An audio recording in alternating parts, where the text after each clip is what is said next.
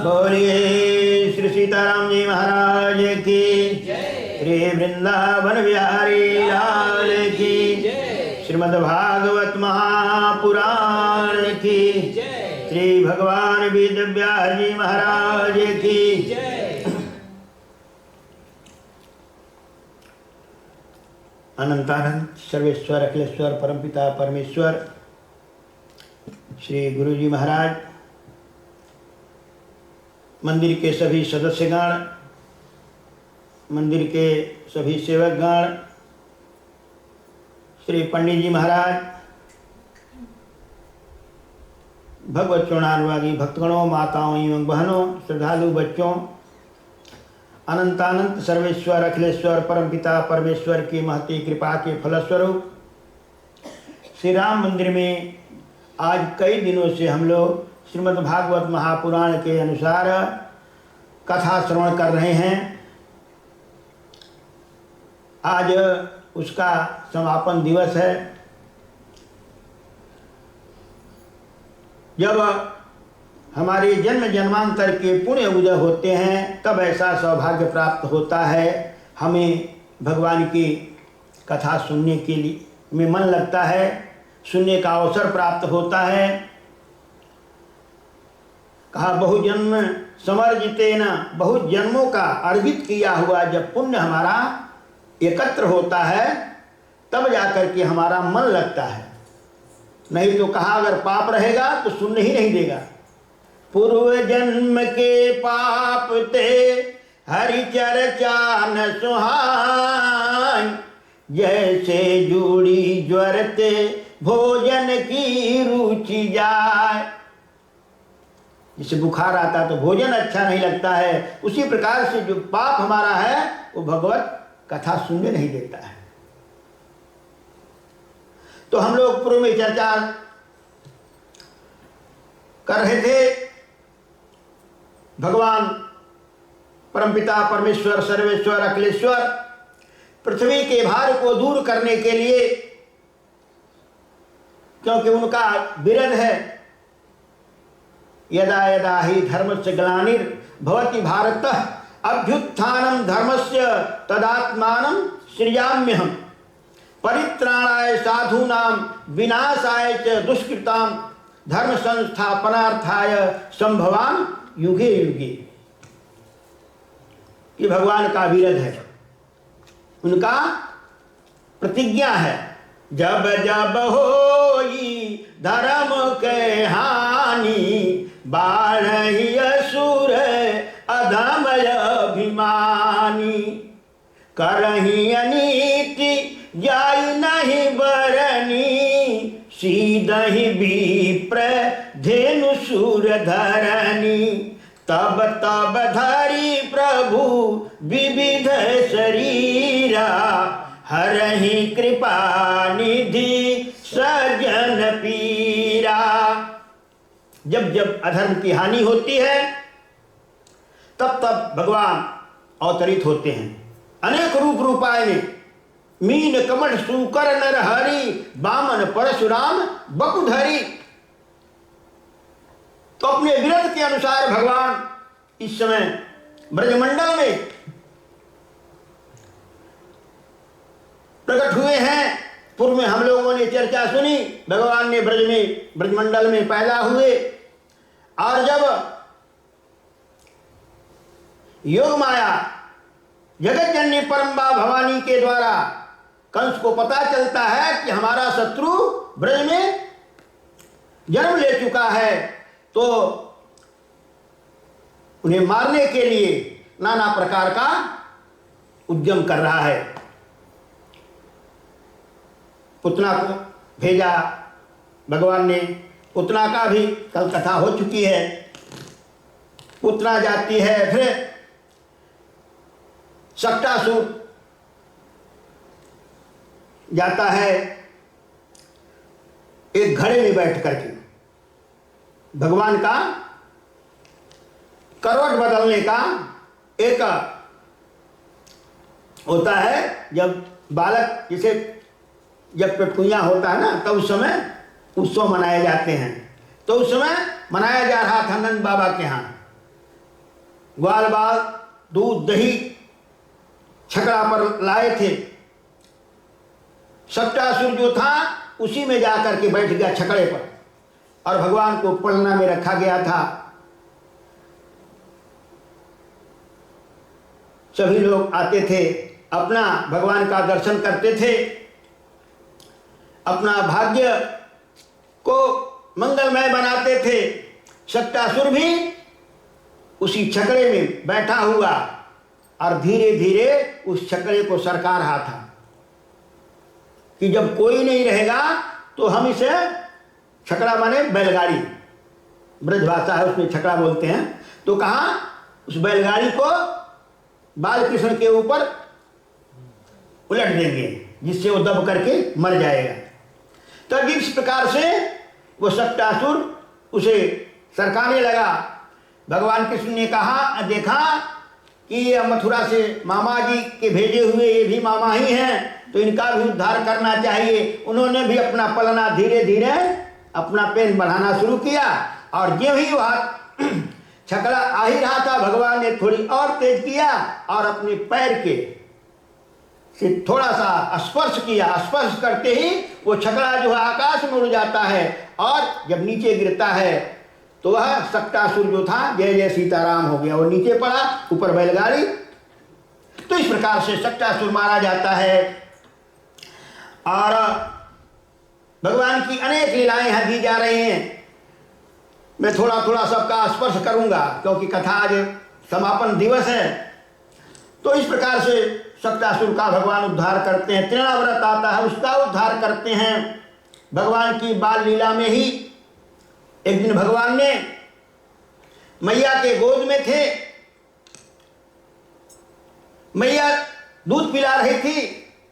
भगवान कृष्ण पूछ रहे थे, मैया ये बताओ कि तुम हमसे ज्यादा प्रेम करती हो कि दूध दही से ज्यादा प्रेम करती हो?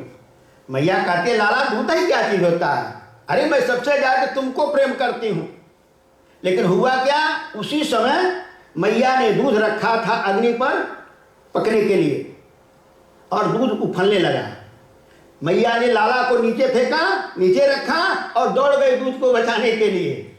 जब वो बचाने के लिए गई, कन्हैया को गुस्सा आया। मैया भी कह रही थी कि लाला तुम सबसे प्रिय हो, और मुझे मैया उतार कर दूध बचाने चली गई। उठाए, वहां मथानी रखा हुआ था, बस मथानी को उठाए, और बड़ा सा एक मिट्टी का बर्तन था जिसमें दूध भिगोने के लिए रखा था, मक्खन निकालने के लिए। भगवान ने उठाया, उसी पर पटक दिया, मारा उसे, मथानी से वो टूट गया और सब कीचड़ कीचड़ हो गया।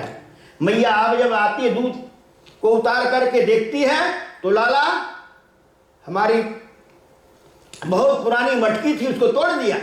अब डंडा लेकर के उसको दौड़ती है, भगवान भागते हैं। इस प्रकार से मैया को भगवान दौड़ा रहे हैं। मैया लगता अब पकड़ लेगी, अब पकड़ लेगी, लेकिन भगवान तब तक फिर आगे निकल जाते हैं। इस प्रकार से मैया को भगवान नाना प्रकार की लीलाएं कर रहे हैं भक्तों को सुख देने के लिए। सोई जस गाई भगत भव तरहि, कृपा सिंधु जनहित तनु धरहि। अपने भक्तों को आह्लाद देने के लिए, आनंद देने के लिए भगवान ने नाना प्रकार की लीलाएं करते हैं। इस प्रकार से मैया आंखें पकड़ लेती है, उन्हें रस्सियों में बांध देती है, बांधने लगती है तो बंधता नहीं है। फिर प्रार्थना करती है, कन्हैया बंध जाओ, परेशान मत करो। भगवान ने कहा, मैया चलो अब तुम भी कह रही हो। तो इस प्रकार से भगवान बच जाते हैं और ओखली में बांध देती है, जिसमें पहले धान कूटा जाता था ओखल, उसमें बांध देती है और चली गई अपना काम करने के लिए। आप तो पड़ा रहेगा, तो बहुत शैतान हो गया, जैसे जैसे बड़ा हो रहा वैसे शैतान होता जा रहा। इस प्रकार से मैया बात कर चली गई। और भगवान तो ये लीला कर रहे थे क्योंकि नंद बाबा के दरवाजे पर 2 अमलार्जुन के पेड़ थे और दोनों वह यक्ष कुमार थे। श्राप, नारद जी के श्राप के कारण वो दोनों वृक्ष हो गए थे, तो उनका उद्धार करना था। मैया बात करके चली गई। भगवान ने देखा अच्छा मौका है, अपना घुटने चल के और पहुंचते हैं, ले जाकर के उसको उसी दोनों पेड़ के बीच में फंसा देते हैं और झटका देते हैं। वो दोनों पेड़ जो था गिर पड़ता है और उसमें से 2 पुरुष निकलते हैं, उनका उद्धार हो जाता है। भगवान को अपने यक्षलोक को चले जाते हैं। मैया देखती है कि क्या आवाज आया, घर से निकलती है तो देखती है 2 पेड़ गिरा पड़ा है, बीच में हमारा लाला पड़ा हुआ है। दौड़ती है, जाकर भगवान को उठा लेती है और अपने आप को कोसती है। आप तो पता नहीं क्या होता, कहीं लाला के ऊपर गिर गया होता तब मैं क्या करती, बाबा को क्या कहती। इस प्रकार से बहुत दुखी होती है, रोती है। तो इस प्रकार से भगवान ने यहाँ यमलार्जुन का उद्धार किया। फिर बकासुर आया, अघासुर आया, इन सब का उद्धार किया। अंत में एक दिन भगवान गौ चराने के लिए गए हैं। सारे ग्वाल मंडली बैठी हुई है। तो सभी लोग जब सुबह निकल जाते थे तो माताएं कलेवा देती थी कुछ खाने के लिए कि दोपहर में अपना तुम सब खा लेना। तो भगवान ने सभी ग्वाल वालों से कहा, देखो इसमें कोई अमीर है, कोई गरीब है, कोई सूखी रोटी लाया है, कोई लड्डू लाया है, कोई जलेबी लाया है, कोई पूरी लाया है। तो इस प्रकार से अलग अलग सब लोग लाए हो। तो हाँ, और हम सब तो मित्र हैं, तो मित्र का मतलब हम सब बराबर हैं, तो बीच में रखो और सब लोग बांट बांट के खाएंगे। तो इस प्रकार से उस ग्वाल मंडली चारों से बैठ गए, बीच में सबका सामान रख दिया गया और उस पर छीन छीन कर खाना शुरू हुआ। ब्रह्मा जी आए देखने के लिए कि चलो देखो भगवान इस ब्रजमंडल में क्या कर रहे हैं। तो आकर के देखा कि ब्रजमंडल में भगवान की वही बाल लीला हो रही थी। सब छीना झपटी करके खा रहे हैं।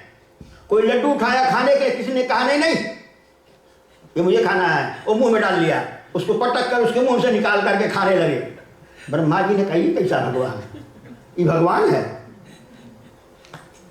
सोय अवतार सुनेऊ जग माही, देखे सो प्रभाव कछु नाही। उसका कुछ प्रभाव दिखाई नहीं दे रहा ईश्वर का। ये तो एकदम साधारण ग्वाल बाल है, ये भगवान नहीं हो सकता है। चलो इसकी परीक्षा लेते हैं। परीक्षा लेने के लिए क्या किए, ग्वाल भार इधर जब खा ही रहे थे तो जितनी गौएं बछड़े जो भी थे सबको उठा कर ले कंदरा में बंद कर दिए। उनको अपने माया से मोहित करके और एक कंदरा में बंद कर दिए और सब वही सो रहे हैं। इधर भगवान ने देखा ब्रह्मा जी का दिमाग कुछ खराब हुआ है, तो ग्वाल वालों से कहा कि तुम सब खाओ, और गौएं दिखाई नहीं दे रही हैं, मैं जरा गौओं को देख करके आऊं कहाँ गई, लगता कहीं दूर चली गई हैं। कृष्ण भगवान देखने के लिए जाते हैं, ब्रह्मा जी को मौका मिलता तो ग्वाल वालों को भी उठा करके ले जा करके बंद कर देते हैं, अपने माया से सम्मोहित करके गुफा में उनको भी बंद कर देते हैं और निकल गए ब्रह्मलोक।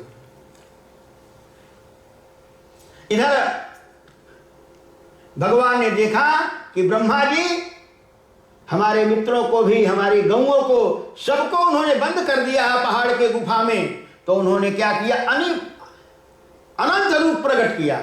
अमित रूप प्रगटे ते ही काला। जैसी गौएं तो ऐसे गौएं बन गए, जैसे बछड़े तो ऐसे बछड़े बन गए, लाल काले उज्जर जैसे जैसे थे चितकाबर उसी प्रकार के गाय बन गए, उतने ही बछड़े बन गए, उतने ही ग्वाल बाल बन गए।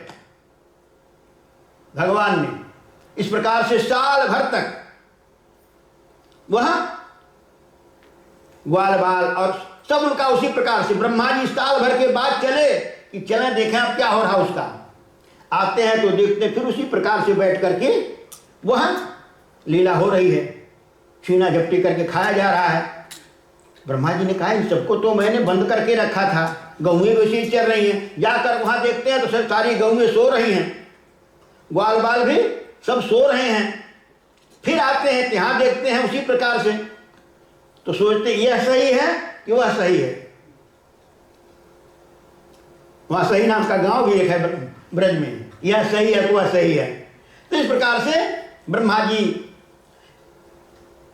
का भ्रम टूटता है और वहां से भागते हैं, ब्रह्मलोक जाते हैं। भगवान ने कहा अब इनकी थोड़ी बुद्धि भी ठीक कर देनी चाहिए। जब ब्रह्मा जी पहुंचते हैं, भगवान स्वयं यहाँ ब्रह्मा बन करके बैठे हुए हैं और द्वारपालों से कह दिया देखो एक बहुरूपिया ब्रह्मा घूम रहा है, देखना वो अंदर ना आए। तो इस प्रकार से जब ये पहुंचते हैं तो गेट पर रोक दिए जाते हैं। द्वारपालों से पूछा क्यों, मैं यहाँ का स्वामी हूं। द्वारपालों ने कहा तुम स्वामी नहीं है, हमारे स्वामी तो अंदर में हैं, तुम नकली ब्रह्मा हो, तुम बहुरूपिया हो। हमारे स्वामी अंदर बैठे हुए हैं। इस प्रकार से ब्रह्मा जी ने देखा, मैं तो गया परीक्षा लेने के लिए और मेरा ब्रह्मलोक भी लगता है चला गया, वो भी छीन लिया गया। तो इस प्रकार से ब्रह्मा जी बड़े दुखी होते हैं, फिर भगवान के चरणों में पड़ते हैं। भगवान फिर उनको उनका लोक देते हैं। तो कहने का मतलब इस प्रकार से भगवान के ब्रह्मा जी का मोह दूर होता है। तो ब्रह्मा जी का इस प्रकार से उसके बाद धेनुकासुर का उद्धार करते हैं। कालिया नाग को, जो गरुड़ के डर से आकर के वहां यमुना जी में रह रहा था, लेकिन अब गौएं वहां भगवान कृष्ण जाते चराने, तो गौएं वहां जल पीती, इतना विषैला था कि गौएं मर जाती थी। तो भगवान ने उसको वहां से भेजने, समुद्र में भेजने के लिए अपना एक लीला किया। ग्वाल वालों को कहा, चलो आज हम लोग कालियादह पर वहां कंदूक खेलेंगे, गेंद खेलेंगे। और वहां गेंद खेलने गए जाते हैं, अपने ही गेंद मारते हैं, कालियादह में गिरता है। फिर जाकर के वहां से गेंद के बहाने उस कालियादह का दमन करते हैं और दमन करके फिर उसे वहां से सिंगल द्वीप में भेज देते हैं। तो इस प्रकार से कालिया का दमन करते हैं भगवान, उसके ऊपर कृपा करते हैं। एक दिन सारे ब्रजवासी दावानल से घिर गए, चारों ओर आग लग गई, सभी लोग त्राही त्राही करने लगे। भगवान कृष्ण ने कहा, ऐसा करो तुम सभी आंख बंद कर लो, कोई खोलना नहीं, आंख बंद कर लो, अभी सब शांत हो जाएगा। और नहीं बंद करोगे, नहीं आंख मूंदोगे तो सब जल करके मर जाओगे। तो भगवान कृष्ण की आज्ञा अनुसार सभी ने आंखें बंद की। भगवान ने स्वयं खड़ा होकर के सारे उस दावानल को पी गए, मुंह फैलाए और सारी अग्नि को अपने अंदर भस्मसात कर दिए। तो इस प्रकार से दावाग्नि से सबको बचाए। प्रलंबासुर आदि सब आते हैं, तो इन सबका भगवान ने उद्धार किया। फिर गोपियों के मन में था, भगवान के साथ हम नाचती नृत्य करती तो आनंद आता। तो भगवान ने उनके लिए महारास रचा। उस महारास में सारे सभी देवियां आई हैं, उसमें सब देवियां ही रहेंगी, पुरुष केवल एक कृष्ण भगवान रहेंगे और दूसरा नहीं रहेगा। एक कृष्ण ही पुरुष के रूप में रहेंगे और सब देवियां, ऋषि मुनि जितने थे सबने स्त्री का रूप धारण करके और भगवान की इस लीला में सब उपस्थित होते हैं। ऋषि मुनि तपस्वी सब लोग उसमें आए हैं, सिद्ध लोग उसमें स्त्री का रूप धारण करके आए हैं। यहाँ तक भगवान शंकर भी पहुंचते हैं। पार्वती जी जब बन ठर करके चलने लगी, भोलेनाथ ने कहा, देवी कहाँ जा रही हो? उन्होंने कहा, आज ब्रज में महारास होने वाला है और निमंत्रण आया है। शंकर भगवान ने कहा, मुझे तो नहीं पता। कहा, आपके लिए थोड़ी आया है, केवल स्त्रियों के लिए आया है। वहां पुरुष के रूप में केवल एक भगवान कृष्ण ही रहेंगे और सब देवियां रहेंगी। भगवान शंकर ने कहा, देवी तब तो मैं इस लीला से वंचित रह जाऊंगा, मुझे भी ले चलो। भगवान शंकर पार्वती जी से अनुनय विनय करते हैं कि ब्रज में रास रचेगी भारी, हमें दिखाओ प्यारी, मुझे भी दिखाओ देवी। उसने कहा, महाराज कैसे आप चलेंगे? उन्होंने कहा, तुम मुझे अपनी सहेली बना लो, मुझे भी स्त्री का कपड़ा पहना दो और अपनी सहेली बना लो। और जब वहां अगर कृष्ण पूछेगा ये कौन है तो बता देना। सखियां वहां जो थी, दो सखियां खड़ी थी पहरेदार के रूप में, कोई पुरुष नहीं जा सकता अंदर। तो पूछेंगी तो बता देना कि हमारे कैलाश की सहेली है। पार्वती ने कहा, तो ठीक है।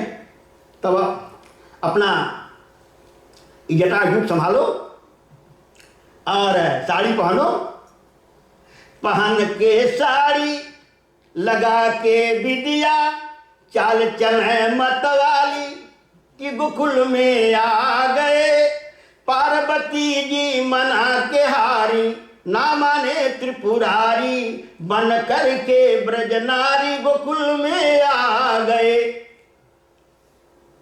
ब्रजनारी बनकर के गोकुल में पहुंच जाते हैं और जब भगवान कृष्ण का महाराज शुरू होता है सभी नाचने लगते हैं, भगवान शंकर भी प्रवेश तो हो ही गया है। अब जब महाराज शुरू होता है, भोलेनाथ भूल गए कि हम बनावटी सखी बने हैं, वो अपने स्वरूप में आ जाते हैं और उनका तांडव नृत्य शुरू हो जाता है। यहाँ से कूदते हैं वहां तक, सारी गोपियां किनारे खड़ी हो जाती हैं, श्याम सुंदर भी मंद मंद मुस्कुरा रहे हैं और भगवान भोलेनाथ अपने मस्ती में नाच रहे हैं, तांडव नृत्य कर रहे हैं।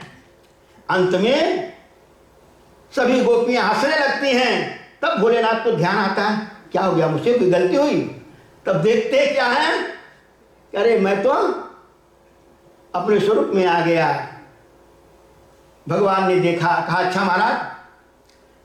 भोलेनाथ ने कहा प्रभु आपकी मैं लीला देखने के लिए आया था, क्योंकि हर लीला में मैं आपके सहभागी होता हूं, लेकिन यह मुझसे वंचित हो रहा था, इसलिए मैं गोपी बन करके आ गया।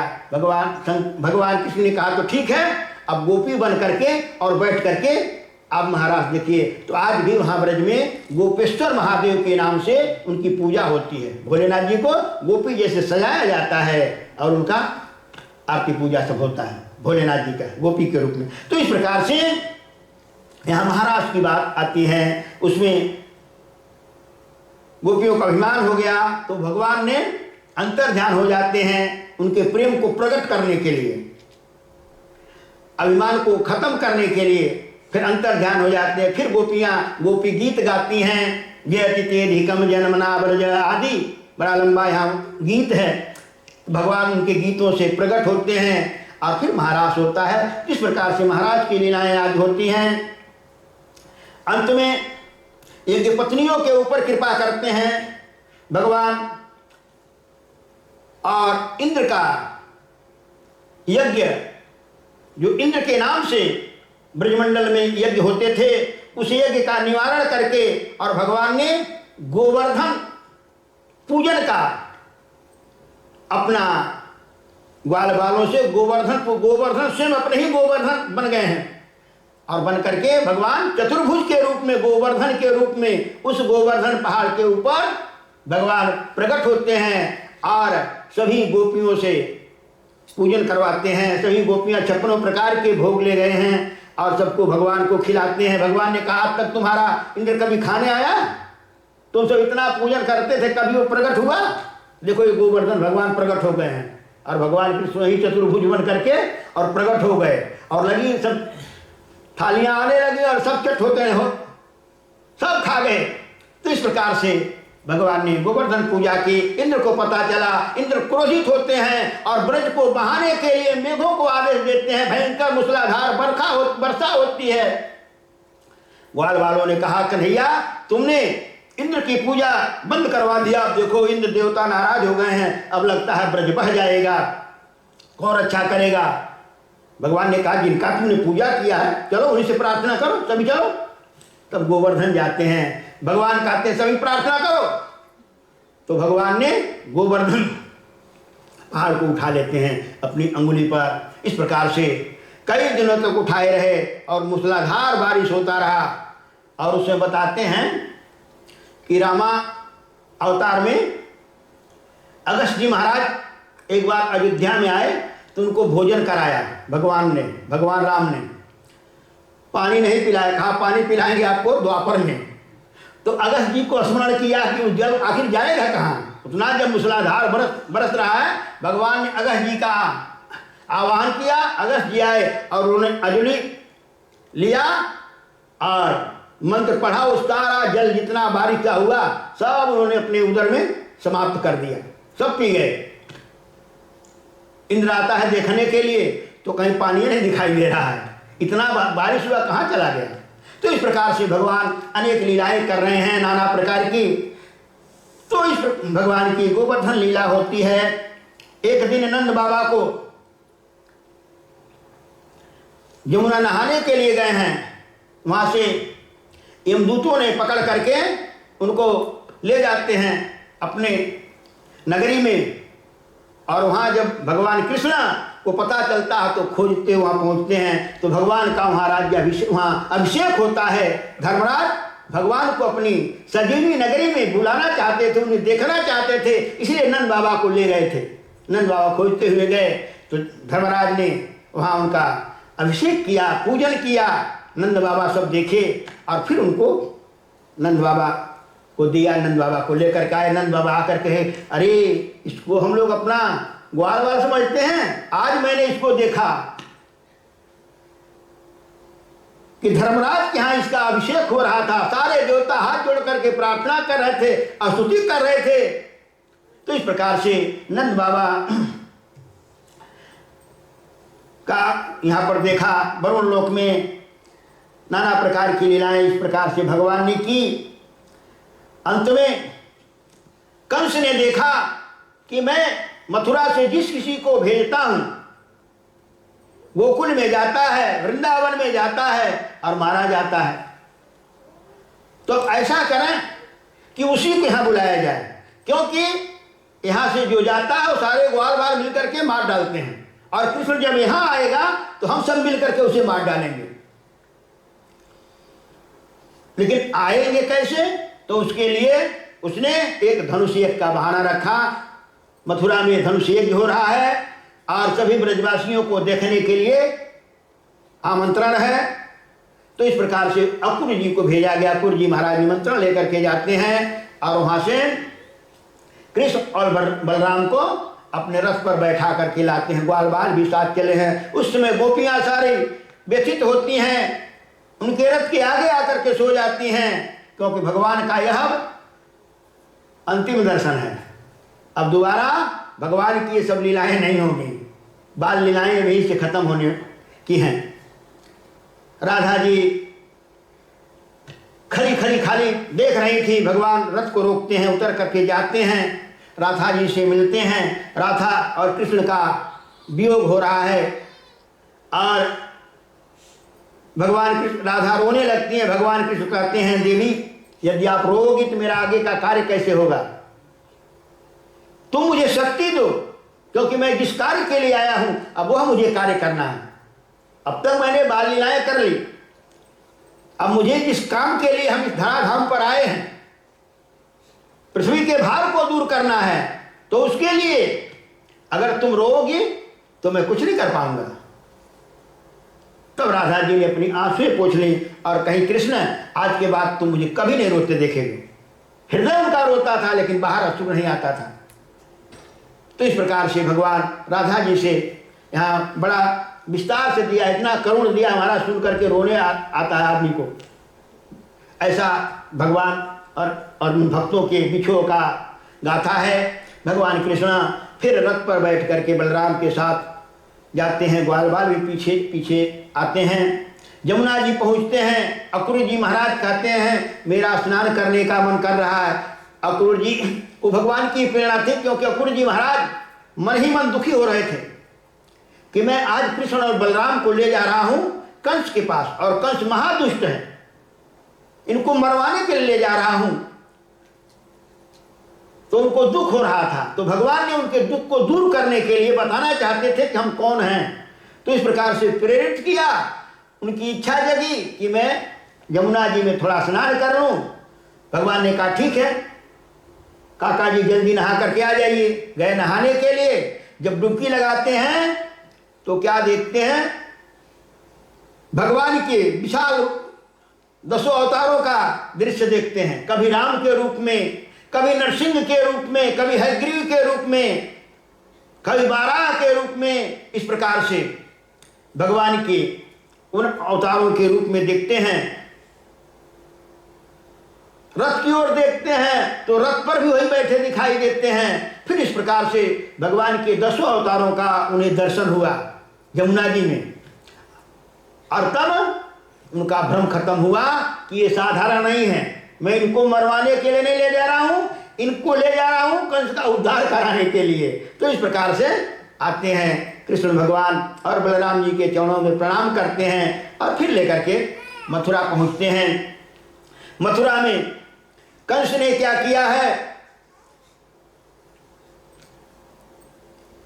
कि यज्ञशाला जहां है, एक शंकर जी का धनुष वहां रखा हुआ है, धनुष यज्ञ वरदान था कि जो इस धनुष को तोड़ेगा उसी के द्वारा कंस मारा जाएगा, जिसके हाथ से धनुष टूटेगा उसी के द्वारा कंस मारा जाएगा। तो उस धनुष की रक्षा के लिए उसने सैकड़ों सिपाही लगा रखे थे और गेट पर कौलियापीड़ नाम का हाथी को रखा था, जिसमें अनेकों हाथियों का बल था। उसे शराब पिला करके मदमस्त किया था कंस, और कहा जब भी कृष्ण बलराम आवे तो महावत को कहा हाथी से उसे दबवा देना ताकि गेट के अंदर न जा पाए। तो इस प्रकार से कौलियापीड़ नाम के हाथी को रखा था। भगवान कृष्ण पहुंचते हैं, जब मथुरा में घुसते हैं तो कंस के जो दर्जी थे वो सब कंस के सारे वस्त्र ले जा रहे थे। राजसी सब वस्त्र जा रहा था गट्ठरों में बांध करके धोने के जो गया था। भगवान कृष्ण ने उसे रजक से कहा, धोबी से, अरे रजक भाई, ये हमारे मित्रों को कुछ वस्त्र दे दोगे, क्योंकि सब हम लोग ग्वाल बाल हैं और आए हैं शहर में, हम लोग तो गांव के रहने वाले हैं, तो थोड़ा हम लोग भी शहर में आए तो थोड़ा हम लोग भी शहर जैसे बन जाए, तो दे दो अपने वस्त्र। उसने कहा ये राजा के वस्त्र हैं, तुम जैसे ग्वालों के लिए नहीं है। इस प्रकार से उसने अनाप शनाप बोलने लगा।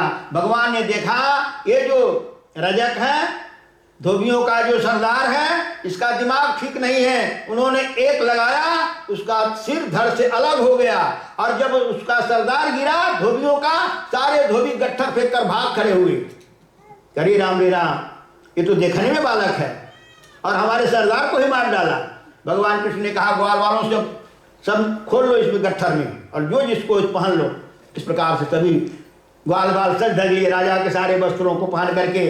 फिर इस प्रकार से चलते हैं आगे, दर्जी आता है उसे सब ठीक ठाक कराते हैं। आगे जो और बढ़ते हैं चौराहे पर, तो एक देवी जा रही थी, उसके हाथ में एक कटोरी था जो चंदन भरा हुआ था, उसका सुगंध चारों ओर केसर आदि से बना हुआ चंदन था।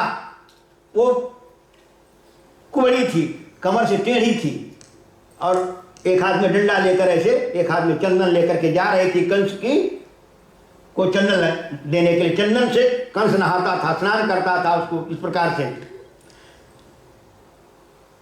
भगवान कृष्ण ने जब उसे देखा, देवी को उसने भी देखा, तो टकटकी लगाकर देखने लगी। भगवान कृष्ण ने कहा क्यों देवी, ये चंदन हम लोग को मिल जाएगा? कहा हाँ, क्यों नहीं मिल जाएगा। तो कहा तो ठीक है, तुम अपने हाथ से हमें भी सजा दो। तो उसने तुरंत चंदन लगा दिया, भगवान को सजा दिया, कृष्ण को, बलराम को और ग्वाल बालों को भी। भगवान ने कहा देवी तुमने हमें सजा दिया तो लो मैं तुम्हें सजा देता हूं। भगवान ने अपने पैर से उसके पैर को दबाया, उसके ठोड़ी पर हाथ लिया, एक धक्का दिया, सीधी हो गई। तुम जो टेढ़ी थी वो सीधी हो गई और बड़ी सुंदर हो गई। कुब्जा ने कहा महाराज आप तो मुझे सजा दिए, अब मेरे घर चलिए। भगवान ने कहा अभी नहीं, अभी तो मैं जा रहा हूं मामा के दर्शन करने के लिए, बाद में फिर मिलेंगे। तो इस प्रकार से कुब्जा को कहा, उसका कुबर खत्म करते हैं भगवान। आगे जब जाते हैं तो वहां कौलियापीड़ हाथी है। जो ही ये पहुंचते हैं, पिलवान उसको आगे बढ़ाता है दबाने के लिए भगवान को। भगवान ने छलांग लगा करके और हाथी के सिर पर एक मुक्का दिया। हाथी मूर्छित होकर गिर पड़ा।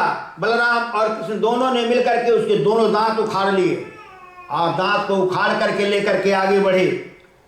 धनुष यज्ञ जहां देखना था देखे, वहां सैकड़ों सिपाही खड़े हुए हैं। जब वहां पहुंचते हैं तो उनसे भयंकर युद्ध होता है। भगवान ने उन हाथी के सिंहों से उन सभी को मार करके पस्त कर देते हैं और जा करके धनुष को उठा करके तोड़ देते हैं। जब धनुष टूटा तो कंस जो था वो धड़ाम से सिंहासन पर बैठा था। धनुष का आवाज सुन करके गिर पड़ता है, फिर संभल करके बैठता है। अब जब वहां पहुंचते हैं रंगशाला में, तो वहां चाणूर और मुष्टिक को पहले से उसने तैयार कर रखा था। कृष्ण और बलराम से लड़ाने के लिए। और वो देखने में महान बलवान थे, पहाड़ के समान उनका शरीर था। भगवान कृष्ण तो एकदम बालक थे उनके सामने। लेकिन कंस ने चाणूर और मुष्टिक से कृष्ण और बलराम जी का युद्ध करवाता है और इस प्रकार से दोनों का युद्ध होता है। सारे नगर के लोग देख रहे हैं। जब भगवान कृष्ण और बलराम को वह भगवान तो लीला करते जब नीचे जाते सारी प्रजा हाय हाय करने लगती, अरे ये कंस कितना दुष्ट है कि बताओ, इन बच्चों को हाथी जैसे इन पहलवानों से मल युद्ध करा रहा है। सब इस प्रकार से कहते। अंत में क्या हुआ, भगवान कृष्ण ने मुष्टिक को उठाया और ऊपर फेंक दिया, और जब गिरा तो एक मुक्का मारे वो जय जय सीताराम हो गया। जब वो मारा गया, बलराम जी ने कहा छोटा भैया बाजी मार गया। उन्होंने भी क्या किया, चाणूर को भी उठाया और फेंका, ऊपर गिरा तो उसको भी उन्होंने जय जय सीताराम कर दिए। दोनों मारे गए। अब कंस वहां से बड़बड़ाता, पकड़ो पकड़ो ये दोनों जाने न पावे। भगवान कृष्ण ने कहा मामा हम आ ही गए हैं, जाने के लिए नहीं आए हैं। इस प्रकार से छलांग लगा करके और पहुंच जाते हैं जहां वो बैठा है। धक्का देते हैं, सिंहासन से नीचे गिरता है। फिर वह म्यान से तलवार निकाल कर भगवान कृष्ण को मारना चाहता है, लेकिन भगवान तो भगवान है, एक भी उसका प्रहार भगवान को नहीं लगता। और अंत में भगवान ने अपने मुक्के के प्रहार से उसको धराशायी कर देते हैं और उसके सीने पर बैठ करके और अपने मुक्कों के प्रहार से उसको जय जय सीताराम कर दिए। बोलिए श्री कृष्ण भगवान की। तो इस प्रकार से कंस का वध हो जाता है। फिर जाकर के अपने नाना को और माता जी को, पिताजी को सबका बंधन काटते हैं। उग्रसेन महाराज कहते हैं कृष्ण तुमने कंस को मारा है, अब ये रात तुम्हारा है। उन्होंने कहा नहीं नहीं नाना जी आप ही राजा रहेंगे। तो उग्रसेन महाराज को भगवान कृष्ण राज्याभिषेक करते हैं और जब उनका राज्याभिषेक हो जाता है तब उग्रसेन महाराज कहते हैं कृष्ण तुमने ब्रज में गौएं चराई, माखन खाए, अब तुम्हें कुछ पढ़ना लिखना भी है। तब तक 9 वर्ष के हो चुके थे, 9 साल की उम्र हो चुकी थी। तब उनका जनेऊ संस्कार करवाते हैं। गर्गाचार्य जी को बुलाया जाता है, उनके आचार्य थे यदुओं के, तो गर्गाचार्य जी आते, फिर उनका जनेऊ संस्कार होता है। क्योंकि वहाँ तभी ग्वाल बालों में थे, तभी क्षत्रिय संस्कार नहीं हुआ था। यहाँ जब आए हैं तब क्षत्रिय चंद्रवंशियों का जो संस्कार है वो कराया गया है। तो इस प्रकार से उनका जनेऊ संस्कार हुआ और उग्रसेन महाराज ने कहा अब तुम्हें पढ़ने जाना है। तब कृष्ण और बलराम को पढ़ने के लिए भेजते हैं। कहाँ? उज्जैन में। वहाँ गुरुकुल था संदीपनी गुरु जी का, उस गुरुकुल में भेज ले जाते हैं। वहाँ भगवान कृष्ण पढ़ते हैं, वहीं सुदामा से उनका भेंट होता है और दोनों इतने घनिष्ठ मित्र हो जाते हैं कि एक के बिना एक रहता नहीं। इतना प्रेम दोनों मित्रों में होता है। कथाएं तो लंबी हैं, मैं बस केवल स्पष्ट कर रहा हूँ। भगवान ने इस प्रकार से एक बार सुदामा अपना पाठ भूल गया और गुरुकुल का नियम था जो पाठ भूल जाएगा, पाठ याद नहीं करेगा, उसको जाकर के वन से लकड़ी लाना है। सुदामा अपना पाठ भूल गया, उसको वन से लकड़ी लाने जाना था। भगवान कृष्ण ने कहा देखा हमारा मित्र अकेले जाएगा, उन्होंने भी अपना पाठ भूल गए। कहा गुरु जी मुझे भी याद नहीं है, जबकि प्रभु तो सबको सब सारे विद्याओं में पारंगत थे। जाकी सहज श्वास सुतचारी, सो हरि पढ़ यह कौतुक भारी। वो तो लीलाएं कर रहे थे। फिर सुदामा के साथ वो भी जाते हैं लकड़ी लेने के लिए। गुरुमाता उन्हें चने देती है, बेटा रास्ते में भूख लगेगा तो खा लेना। लेकिन उधर होता क्या है, सुदामा अकेले ही खा गया, कृष्ण को नहीं दिया। बाद में गुरुमाता को पता चला कि कृष्ण को उसने नहीं दिया, अकेले ही खा गया। तो माँ गुरुमाता ने श्राप दे दिया कि जाओ तुम दरिद्र हो जाओ। तो इस प्रकार से सुदामा रोता है। भगवान समझाते अच्छा कोई बात नहीं है, तुम मेरे पास आओगे तो मैं तुम्हारी दरिद्रता समाप्त कर दूंगा। इस प्रकार से भगवान सुदामा को समझाते हैं। पढ़ाई खत्म होता है। इधर अब द्वारिका के लिए मथुरा के लिए प्रस्थान करना है। इधर क्या हुआ, सारी तैयारियां हो गई, गुरु से आज्ञा ले लिए, गुरु माता से आज्ञा ले लिए। अब गुरुदक्षिणा देना था, तो गुरुदक्षिणा में गुरु माता ने कहा हमारा पुत्र समुद्र में गया था, वहां डूब गया, उसी हमारे पुत्र को ला दो कृष्ण, बस यही हमारी गुरुदक्षिणा होगी। तो उस मरे हुए पुत्र को भगवान कृष्ण जाते हैं और वहां से ले आते हैं सजनीपुरी से और गुरु जी को देते हैं। उसके बाद वहां जब चलने लगते हैं, बलराम जी कहते हैं रथ खड़ा है, अब किसका प्रतीक्षा कर रहे हो? कृष्ण भगवान ने कहा बस थोड़ी देर रुकिए, कोई आने वाला उसी की प्रतीक्षा है। तब तक परशुराम जी वहां प्रकट होते हैं और परशुराम जी जब आते हैं, कृष्ण भगवान को नमस्कार करते हैं, प्रणाम करते हैं कृष्ण और बलराम, और तब परशुराम जी प्रसन्न होकर के भगवान कृष्ण को सुदर्शन चक्र देते हैं। सुदर्शन चक्र जो भगवान कृष्ण को मिला है वो परशुराम जी ने दिया। परशुराम जी ने कहा अब तुमने माखन बहुत खा लिया, लीलाएं बहुत कर ली, और अब यहाँ अपना अस्त्र संभालो और अपना युग संभालो। हमने तो त्रेता में ही राम जी के समय में हमने अपना अस्त्र शस्त्र राम जी को सौंप करके और तब विराम ले लिया था, अब तुम अपना यह अस्त्र संभालो, अपना युग संभालो। इस प्रकार से सुदर्शन चक्र मिलता है और बलराम जी को हल और मूसल मिलता है। फिर दोनों रथ पर बैठ करके जब मथुरा के लिए चलते हैं। इधर मथुरा में क्या हुआ, कंस जब मारा गया तो कंस की दो पत्नियां थी, एक का नाम था अष्टि, दूसरे का नाम था प्राप्ति।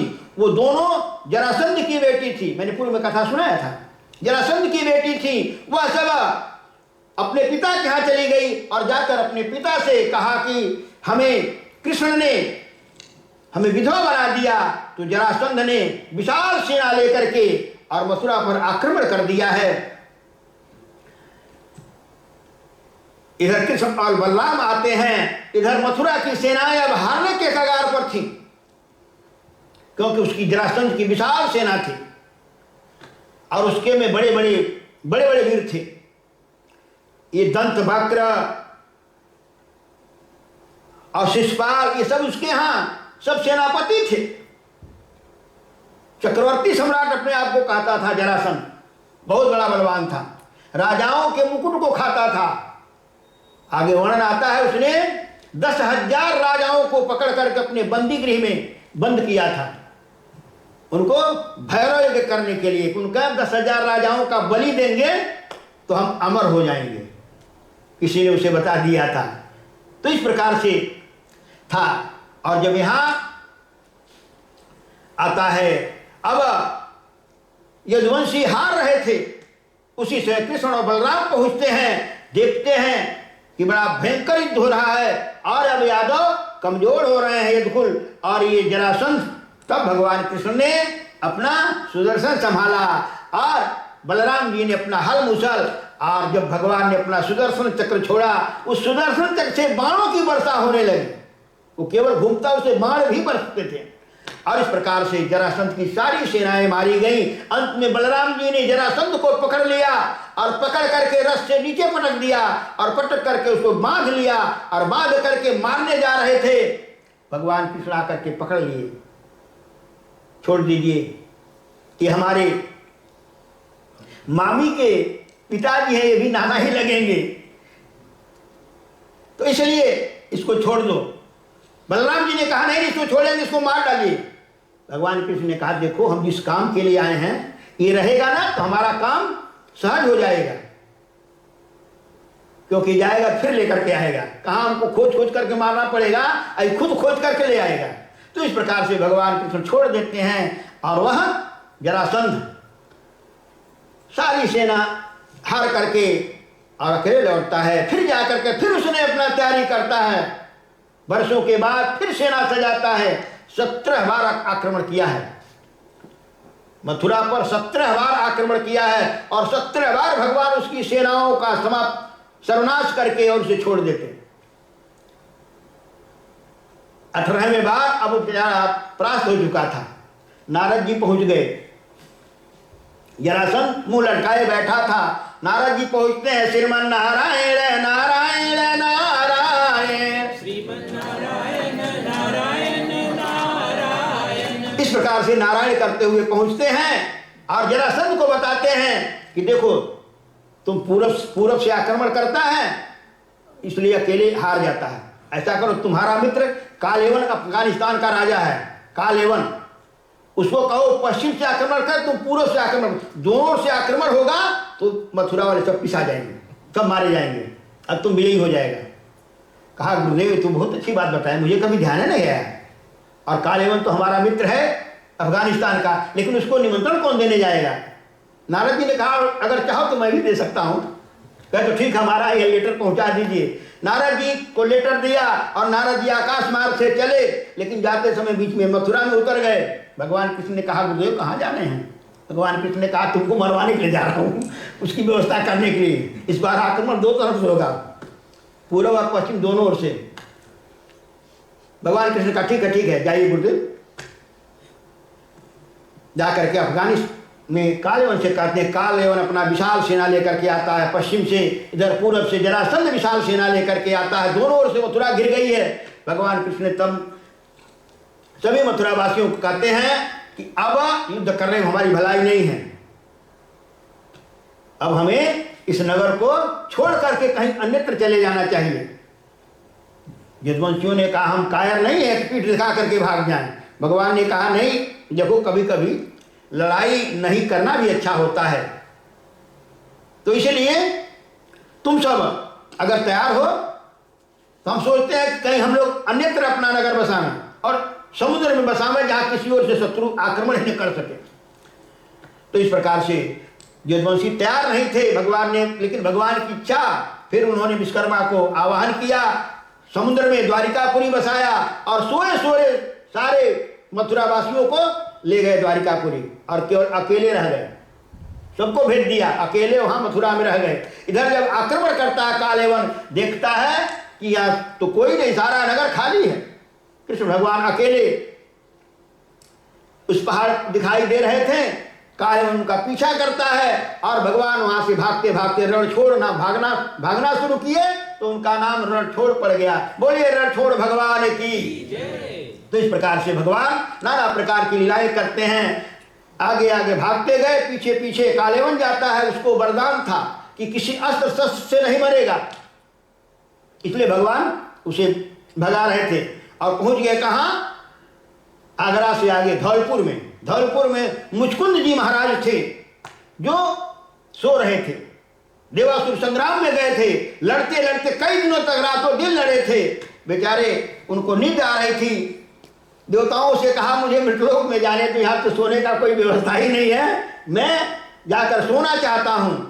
तो एक गुफा में आकर के सो गए। उन्होंने कहा कि लेकिन मुझे कोई जगाए ना, और जो जगाए तो मेरे दृष्टि से जलकर मर जाए, राख हो जाए।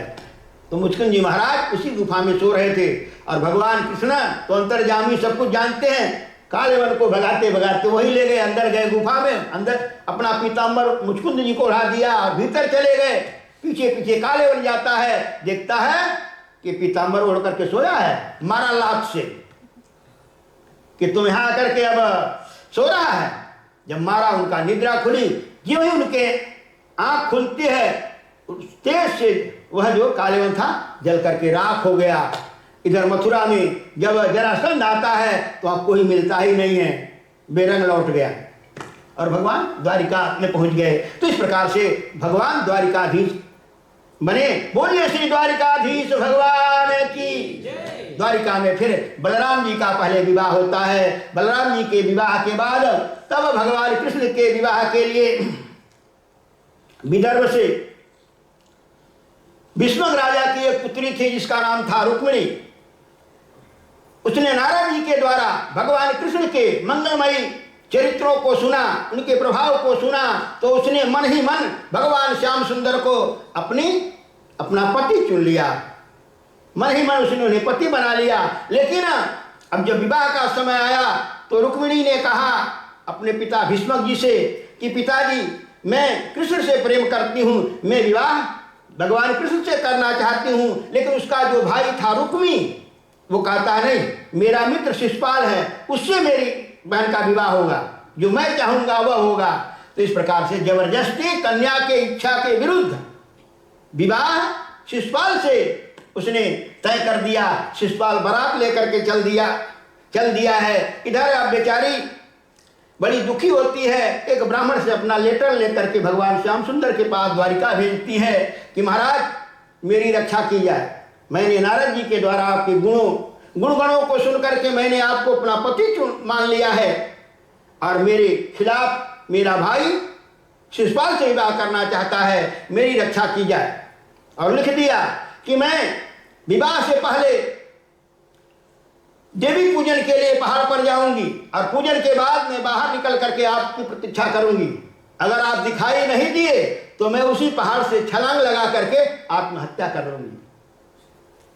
तो इस प्रकार से भगवान कृष्ण को पत्र मिलता है। भगवान श्याम सुंदर पत्र पा करके अपने साथी दारुक को बुलाते हैं कि केवल रात भर का समय है, बताओ तुम द्वारिका से और विदर्भ पहुंच सकते हो? उसने कहा प्रभु आपका आदेश हो तो हम दुनिया के इस कोने से उस कोने तक पहुंच जाएं। भगवान ने कहा तो ठीक है। दारुक को लिया और अपने अस्त्र शस्त्र को लेकर के भगवान जब रथ पर निकलने लगे, बलराम जी आते हैं, कृष्ण कहाँ जा रहा है? उन्होंने सारा समाचार बताया। ऐसे बलराम जी ने कहा वहां युद्ध भी हो सकता है क्योंकि जरासंध भी आएगा, वो भी रुक्मी का मित्र है, तो वहां युद्ध भी हो सकता है, इसलिए मथुरा से द्वारिका से चतुरंगिनी सेना चलनी चाहिए। भगवान कृष्ण ने कहा ठीक है आप सेना लेकर के आइए, लेकिन मैं चलूं नहीं तो वह देवी पहाड़ से कहीं कूद करके मर गई तो मेरे जाने से बेकार हो जाएगा। इसलिए भगवान अपना दारुक के साथ चल देते हैं। इधर बलराम जी चतुरंगिनी सेना तैयार करते हैं और पीछे से पहुंचते हैं। भगवान जब वहां पहुंचते हैं, रुक्मिणी जाती है मंदिर में, पूजा करती हैं, पूजा करके और मंदिर के पीछे आकर भगवान कृष्ण का मार्ग देखती हैं। उसी समय भगवान अपना रथ लिए पहुंचते हैं। रुक्मिणी जी का हाथ अपना हाथ बढ़ाते हैं, रुक्मिणी हाथ देती हैं और हाथ पकड़ करके रथ में बैठा लेते हैं और लेकर के चल पड़े। वहां जो सिपाही, वहां जो रक्षक अंगरक्षक थे, उन्होंने सूचना दिया रुक्मी को, शिशुपाल को, वो अपनी विशाल सेनाएं लेकर के आकर के भगवान कृष्ण से भिड़ जाते हैं और भगवान कृष्ण भी अपने अस्त्र शस्त्र से उनके शस्त्रों को समाप्त करने लगते हैं। रुक्मी और भगवान कृष्ण का बड़ा घमासान युद्ध होता है। रुक्मी के पास भी ब्रह्मास्त्र था। तो ऐसा इधर तब तक बलराम जी अपनी सेना लेकर के आ जाते हैं तो शिशुपाल आज के द्वारा उनका युद्ध होने लगता है। रुक्मी को अंत में भगवान ने क्या किया, अपने अस्त्रों से उसके सारे अस्त्र को काट देते हैं और अंत में रुक्मी को मारने के लिए भगवान ने तलवार खींचा। जो ही मारना चाहा, रुक्मिणी जी ने हाथ पकड़ लिया। भगवान ने कहा देवी क्या बात है? कहा महाराज इसे छोड़ दीजिए, ये आपका साला है। हमारा भाई है तो आपका साला लगा, ये साला है, इसको छोड़ दिए। भगवान ने कहा चलो जब साला है तो साले को जाने देते हैं, तो उसको निहत्था करके और छोड़ देते हैं। भगवान रुक्मिणी जी को लेकर आते हैं। इधर बलराम जी सारे सेनाओं को परास्त करके और पहुंचते हैं द्वारिका में। फिर रुक्मिणी जी का विवाह होता है। इस प्रकार से भगवान के विवाहों का यहाँ वर्णन दिया जाता है। फिर रुक्मिणी जी से और कृष्ण भगवान से प्रद्युम्न जी का विवाह होता है। जो सम्भरासुर जो है उसे जन्म लेते ही ले जाकर समुद्र में फेंक देता है, उसे मछली निकल जाती है और उस मछली को मछुआरे ने पकड़ करके सम्भरासुर के रसोई में भेज देता है। और फिर वहाँ जो भंडारी थी उसके कोई संतान नहीं था, उसका जब मछली का पेट चीरा तो उसे बालक मिला और उसने उसे पोष पाल करके बड़ा किया, अस्त्र सिखाया और बाद में सम्रासुर का अंत किया प्रद्युम्न जी। और फिर अपनी पत्नी रति को साथ लेकर के फिर द्वारिका आते हैं। तो इस प्रकार से यहाँ दिया जा रहा है। भगवान की और भी विवाहें हुई हैं। भगवान कृष्ण की 8 पटरानियां हैं। सत्यभामा का से विवाह हुआ, जामवंती से विवाह हुआ, लेकिन भगवान का सारे विवाह कहीं मोर और बांध करके नहीं गए। भगवान ससुराजीत की पुत्री थी सत्यभामा, इसमें वर्णन दे रहे हैं। बड़ा विशाल से कई अध्याय में दिया गया उनका चरित्र कि सत्यभामा का पिता जो था सस्त्राजीत, वो भगवान सूर्य का उपासक था। भगवान सूर्य ने प्रसन्न होकर के उसे एक मणि दी थी जिसका नाम था चामंतक मणि। वह गले में पढ़कर एक बार आ रहा था तो जैसे लगा कि सूर्य ही आ रहे हैं। भगवान कृष्ण से यादवों ने कहा, महाराज लगता है आपका दर्शन करने के लिए सूर्य नारायण आ रहे हैं। भगवान कृष्ण ने कहा, सूर्य नहीं है, ये शस्त्राजित यादव है, यदुकुल का ही शस्त्राजित है। सूर्य भगवान ने इसे कृपा करके दिया है। लोगों ने कानाफूसी करने लगे, यह तो मणि भगवान कृष्ण के लायक है। उसने कहा, हमने तपस्या किया है, मैंने अपनी तपस्या का फल कृष्ण को क्यों दें। उठ चलकर सभा से उठकर चला गया। एक दिन क्या होता है, उसका भाई जाता है शिकार खेलने के लिए, मणि को पहन करके जंगल में उसे सिंह मार डालता है। सिंह मणि को लेकर के जाता है तो एक भालू से मार डालता है। भालू उस मणि को लेकर के जाता है, अपनी बेटी जामवंती को देता है। जामवंत जी थे भालू, अपनी पुत्री को देते हैं। वो उसी के साथ खेलती, सारा प्रकाश रहता। इधर भगवान के ऊपर कलंक लगाया, जब वो प्रसन्न नहीं आया, उसका भाई प्रसन्न था, नहीं आया तो कलंक लगाया कि कृष्ण ने हमारे भाई को मरवा करके मणि ले ली। अब भगवान को मणि खोजने के लिए निकलना पड़ा। लोगों को लेकर के खोजते खोजते गए तो देखे वहाँ घोड़ा भी मरा पड़ा है, प्रसन्न भी मरा पड़ा है। और कैसे मरा है तो पता चलता है सिंह ने मारा है। उसके पाँव का चिन्ह देखते हुए आगे जाते हैं तो सिंह भी मरा पड़ा है। फिर आगे भालू का वो पग चिन्ह देखते हैं तो जाते हैं तो जामवंती उसमें सो रहे थे। जामवंती मणियों से खेल रही थी। भगवान कृष्ण कहते हैं, इस गुफा में सबके जाने लायक नहीं, तुम सब बाहर खड़े रहो और मैं अकेले जाता हूँ। अकेले गए हैं और जाते हैं। फिर जामवंती जी जगा देती हैं अपने पिता को। फिर बड़ा भयंकर युद्ध, 27 दिनों तक युद्ध हुआ है। सारे यादव वहां से बेचारे भूख प्यास पर भाग आए, द्वारिका चले आए। वो भगवान 27 दिनों तक लड़ते रहे। अंत में भगवान ने जामवंत को एक मुक्का दिया और वो मूर्छित होकर गिर पड़े। तब जामवंत जी को ने इस प्रकार से होश आया और पूछा, आप कौन हैं। राम के रूप में दर्शन देते हैं तो अपनी बेटी को दे देते हैं। इस प्रकार से लेकर के द्वारिका आते हैं। फिर उनका और मणि जो है दहेज में दे देते हैं। मणि ले आकर के शस्त्राजित को दी जाती है। उसको भी बड़ा गलानी होता है कि मैंने भगवान के ऊपर कलंक लगाया। उसने अपनी बेटी का विवाह सत्यभामा का भी भगवान कृष्ण से कर देता है और वह मणि दहेज में दे दिया। तो इस प्रकार से भगवान की, एक बार भगवान अर्जुन के साथ जा रहे थे कालिंदी के जमुना जी के किनारे किनारे, तो देखा कि एक देवी खड़ी हुई हैं, एक बरमाला लिए हुए। भगवान कृष्ण ने अर्जुन से कहा, जरा देखो तो ये कौन देवी है, किसकी प्रतीक्षा कर रही हैं। अर्जुन गया, जाकर पूछा, आप कौन हो, किसकी प्रतीक्षा में हो। उन्होंने बताया कि मैं जमुना जी हूँ, कालिंदी हूँ और मैं अपने पति श्याम सुंदर के लिए खड़ी हूँ। मैं बरमाला लेकर के उनको पति रूप में वरण करना चाहती हूँ। अर्जुन आता कहता, महाराज वो आपकी प्रतीक्षा हो रही है, आप ही जाइए। भगवान जाते हैं तो वहाँ उनको वरमाला मिलता है। इसी प्रकार से अयोध्या में भी एक विवाह भगवान का हुआ था। नग्न जित नाम का राजा था, उसकी एक कन्या थी। तो वहाँ उसने 7 बैल थे खुनखार, उनको एक रस्सी में नाथना था। भगवान कृष्ण ने उसकी भी प्रतिज्ञा पूरी करके वहाँ विवाह किए थे। इस प्रकार से भगवान के 8 पटरानियाँ हुई। तो इस प्रकार से विवाहों का सब इनका वर्णन है। और 16,100 जो विवाह है ये भगवान का एक ही बार में हुआ था।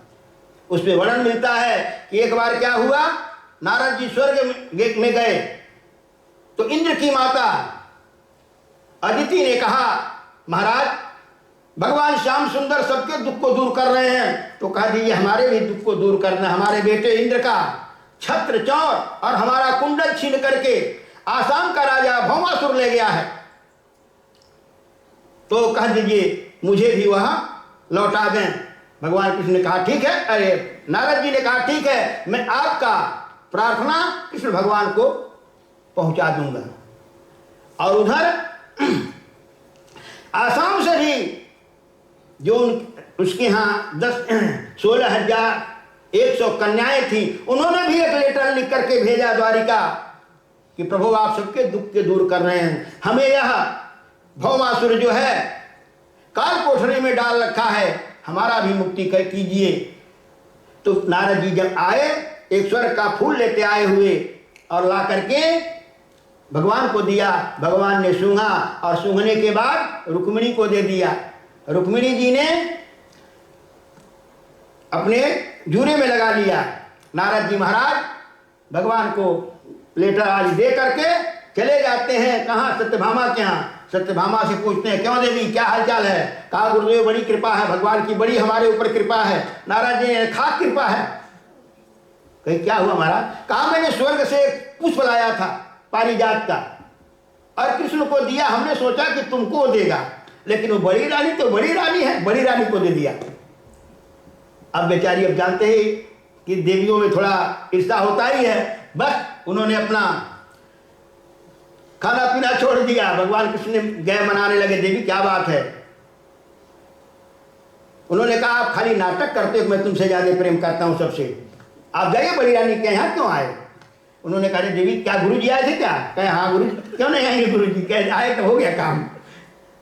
तब इस प्रकार से राम राम, तो इस प्रकार से बातें हुई और फिर भगवान नारद जी, भगवान कृष्ण ने कहा देवी तुम उस फूल के लिए नाराज हो, मैं तुम्हारे आंगन में हम पारिजात का पेड़ ही ले आकर के लगा देंगे, चलो मेरे साथ चलो। और चलते हैं, भौमा आसाम का राजा जो भौमासुर है उसको मार करके इंद्र का छत्र चौर देंगे और उसके बदले उससे पारिजात का पेड़ मांग लेंगे। तो इस प्रकार से भगवान वहां जाते हैं और बड़ा भीषण युद्ध होता है और वहां फिर अंत में उस भौमासुर का वध होता है और 16,100 जो राजकुमारियां थी उनका वहां से भगवान रक्षा करते हैं। वो 16,100 राजकुमारियों ने कहा प्रभु हमें कौन अपनाएगा, इसलिए हम सभी आपको ही स्वीकार करते हैं। भगवान ने तब क्या किया, 16,100 को वहां से पार्सल कर दिया द्वारिका के लिए, चलो द्वारिका जाओ। और सत्यभामा को लेकर स्वर्ग जाते हैं, इंद्र का चौर छत्राज देते हैं और पारिजात उससे मांग करते हैं। तो इस प्रकार से भगवान पारिजात ला करके इनके आंगन में लगाते हैं। तो इस प्रकार से यहाँ भगवान के बड़े सुंदर सुंदर दिव्य लीलाओं का यहाँ वर्णन कर रहे हैं सुखदेव जी महाराज राजा परीक्षित को। आगे फिर प्रद्युम्न जी का पुत्र अनिरुद्ध होते हैं जिनका ससुर होता है बाणासुर, वह इनको बंदीगर में डाल देता है और बड़ा भयंकर युद्ध होता है। और एक तरफ बाणासुर की तरफ से भगवान शंकर अपने सारे सेना को लेकर के आते हैं, गणेश आदि सब लोग आए हैं, इधर से द्वारिका की सेनाएं गई, बड़ा भीषण युद्ध हुआ है। भगवान शंकर कभी जर बुखार ही सब छोड़ते, भूत प्रेत छोड़ते। भगवान कृष्ण ने देखा कि इस प्रकार से नहीं होगा, भोलेनाथ जी को ही कुछ करना होगा। भोलेनाथ जी को भगवान ने एक मोहनास्त्र छोड़ा और ये सोने लगे। भोलेनाथ जी सो गए और उतने में क्या किया, भगवान ने अपने सुदर्शन चक्र से बाणासुर जो था उसके 1000 भुजाएं हो जाती थी भगवान शंकर के आशीर्वाद से। 500 धनुष एक बार चलाता था। भगवान ने उसके सारे हाथों को काट डाला। अंत में जब उसका सिर काटने लगे, भोलेनाथ जी का निद्रा भंग होती है और कहते हैं बाणासुर प्रभु के चरणों में गिरो नहीं तो गया काम से। तो इस प्रकार से विवाह सब होता है। तो इस प्रकार से यहाँ बड़ा सुंदर सुंदर सब लीलाएं चल रही हैं। और इस प्रकार से सुखदेव जी महाराज राजा परीक्षित को भगवान के दिव्य गुणों को लीलाओं को सुनाया और सुनते राजा परीक्षित का मन एकदम भगवतमय हो गया। सुखदेव जी महाराज अंत में उसे ज्ञान भक्ति आदि सब बताते हैं और राजा अब भगवतमय हो गया है, शरीर का भान उसे समाप्त हो चुका है। अंत में राजा परीक्षित सुखदेव जी महाराज का पूजन करता है और सुखदेव जी महाराज पधारते हैं। इधर राजा मौन हो जाता है और अपने मन को भगवान में लीन कर देता है। ध्यान के माध्यम से भगवान में लीन हो जाता है, शरीर का भार खत्म हो गया है। और उसी समय तक्षक नाग आता है और एक पुष्प में छोटा सा कमल का फूल था, उसमें छोटा सा कीड़ा बन करके बैठा था। जो फूल दिया गया राजा को सूंघने के लिए, जो ही उसको ऐसे करते हैं उनके नाक में तक्षक देवता था और वह नाग बन करके और डस लेता है। उनका शरीर जल करके राख हो जाता है और उनका मन तो उन्होंने अपने प्राण को भगवान में लगा दिया था, इसलिए उस शरीर से दिव्य शरीर निकलता है और वह भगवत धाम को जाते हैं। बोलिए श्री वृंदावन बिहारी लाल की। तो इस प्रकार से श्री सुत जी महाराज शौनक आदि ऋषियों को श्रीमद् भागवत महापुराण की कथा सुनाए। समय तो थोड़ा 10 मिनट ज़्यादा ही हो गया, उसके लिए क्षमा चाहूँगा। और इस प्रकार से भागवत की पूर्णाहुति करते हैं। कहे सुने कर यह फल भाई, भजिए राम सब काम बिहाई। कहने सुनने का यही फल है कि हम भगवान की भक्ति करें। यह मानव शरीर जो मिला है, इसका यही सबसे बड़ा लाभ है कि इससे हम प्रभु का भक्ति करें, प्रभु की आराधना करें, तभी जाकर के हमारा यह मानव शरीर पाना धन्य होगा। हमारे संतों ने इसीलिए, सभी संतों का एक ही मत है। और कलयुग में तो कहना ही क्या, कलयुग केवल नाम आधारा, सुमिर सुमिर नर उतर ही पारा। इसलिए भगवान का सुमिरन कर, सुमिरन करहु राम का, काल गए हैं केस ना जानी कब मारी हैं, क्या घर क्या परदेश। इसलिए निरंतर प्रभु का चिंतन करते रहें, अपना शरीर से काम करें लेकिन मन से भगवान का नाम जपें, जीवा से भगवान का नाम जपें, तो निश्चित ही हम सबका उद्धार होगा, हम सबका कल्याण होगा। इन्हीं शब्दों के साथ मैं अपने वाणी को भगवान के चरणों में अर्पित करता हूँ और आप सबके मंगल की कामना करता हूँ। भगवान आप सबको भक्ति दें, शक्ति दें और इसी प्रकार से आप लोग भगवान के मंगल में चरित्रों का श्रवण करते रहें, मनन करते रहें, भगवान का चिंतन करते रहें, हमारा जीवन धन्य हो जाएगा। बोलिए श्री वृंदावन बिहारी लाल की, श्रीमद् भागवत महापुराण की, श्री सीताराम जी महाराज की, श्री हनुमंतलाल जी महाराज की, सब संत भगवान की, जनता जनार्दन की, भक्त और भगवान की। तो इन्हीं शब्दों के साथ विराम है और सबके मंगल की कामना है। हमारे वाणी के द्वारा यदि किसी को कुछ अपशब्द हुआ हो या कोई त्रुटि हो तो उसको आप लोग ध्यान नहीं दीजिएगा। जो अच्छाइयाँ हैं उसको जरूर, इसमें से जरूर आप कुछ लेकर के जाइएगा, तभी जाकर के हमारा सुनाना सफल होगा। तो इन्हीं शब्दों के साथ अपनी वाणी को विराम और आप सबसे विदा लेता हूँ, क्योंकि आज मुझे यहाँ से प्रस्थान करना है। सोमवार को मुझे अपने राम जी के नगरी जाना है। बोलिए श्री वृंदावन बिहारी लाल की। आगे सर्वे भवन्तु सुखिनः, सर्वे सन्तु निरामयः, सर्वे भद्राणि पश्यन्तु, मा कश्चित् दुःख भाग् भवेत्। हरि ओम। शांति शांति सुशांतिर्भूः।